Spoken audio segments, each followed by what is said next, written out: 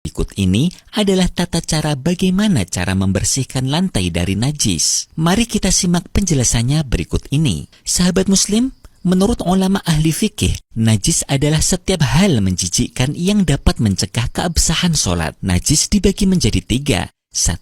Najis mughalladhah, najis berat. 2. Najis mutawassithah, najis sedang. 3. Najis mukhaffafah, najis ringan. Najis mughalladhah. Najis mughalladhah adalah najis yang ditimbulkan dari anjing, babi, dan anak hasil persilangan dari salah satu hewan tersebut. Misalnya, anak hasil persilangan anjing dan kambing, maka hukum anaknya adalah najis mughalladhah. Najis mukhaffafah adalah najis yang dihasilkan dari kencing bayi laki-laki yang belum berumur 2 tahun dan baru mengkonsumsi air susu ibunya saja. Sedangkan najis mutawassithah adalah najis yang bersumber dari selain kedua hal tersebut. Dari ketiga kategori tersebut, najis digolongkan menjadi 2 bagian, yaitu 1. Najis ainiyah, yaitu najis yang terdapat salah satu sifat najis yang meliputi rasa, bau, atau warnanya.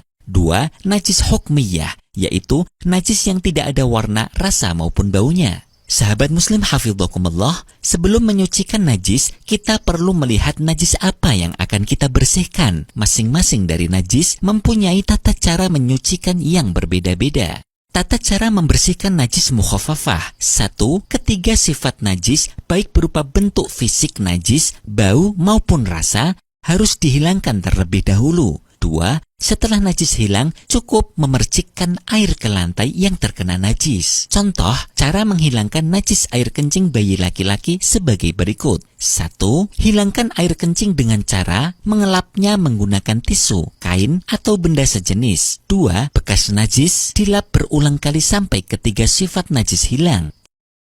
3. Setelah air kencing hilang, percikkan air di lantai yang terkena najis secara merata. Rasulullah Shallallahu Alaihi Wasallam bersabda, "Yughsalu min baulil jariyati, wa yurashu min baulil gulami." Artinya, air kencing bayi perempuan disucikan dengan menyiramnya, dan air kencing bayi laki-laki disucikan dengan dipercikkan air. Hadis riwayat Abu Dawud.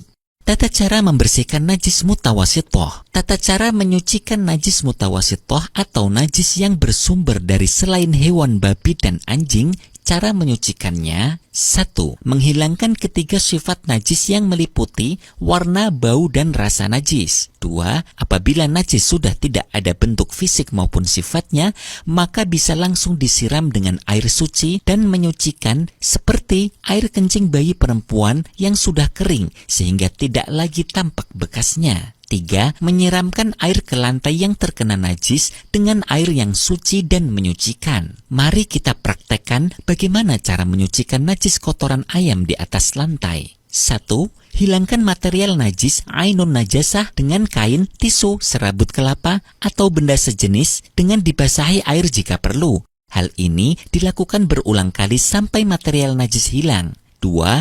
Jika material najis susah dihilangkan, bisa menggunakan sabun untuk membantu menghilangkan zat asam pada kotoran. 3. Lap berulang kali sampai bersih sehingga najis yang semula ainiyah berubah menjadi hukmiyah. 4. Siram lantai dengan air seperlunya. Air bilasan yang terakhir kali ini namanya air musta'mal, yaitu air suci namun tidak menyucikan.